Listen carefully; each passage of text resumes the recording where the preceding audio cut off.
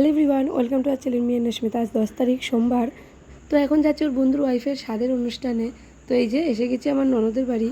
তো এখান থেকে ওর পিসি যাবে, ওর দিদি যাবে। আর দেখেন ওর পিসি এসে ওর জামা খুলে দিয়েছে গরমে, আর ও কার্টুন দেখছে ব্যাস।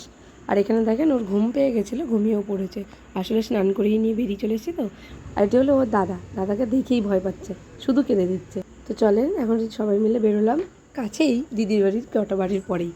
তো এই যে এই দিদির শাড়ি, যে পায়ের আংটিটা নিয়ে গেছি, দিদির খুব পছন্দ হয়েছে। দিদি বলছে পরি এখন, আনছি আমি পরিয়ে দিই। তো আমি পরিয়েও দিয়েছিলাম, দিদি বারণ করছিল পায়ের দিতে, কিন্তু আমি দিদির থেকে বয়সে ছোটোই, তাই কোনো অসুবিধা নেই।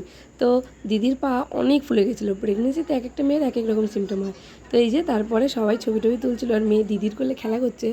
আর দিদির আগে একটা ছেলে আছে, আর এটি হলো সেকেন্ড বেবি। আর এই যে মেয়ে দেখেন ওর জেঠির সাথে খেলা করছে, এটি হলো ওই দিদিরই যা।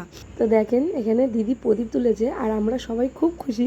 সবাই চায় দিদি কোল আলোকের একটি লক্ষ্যে আসুক।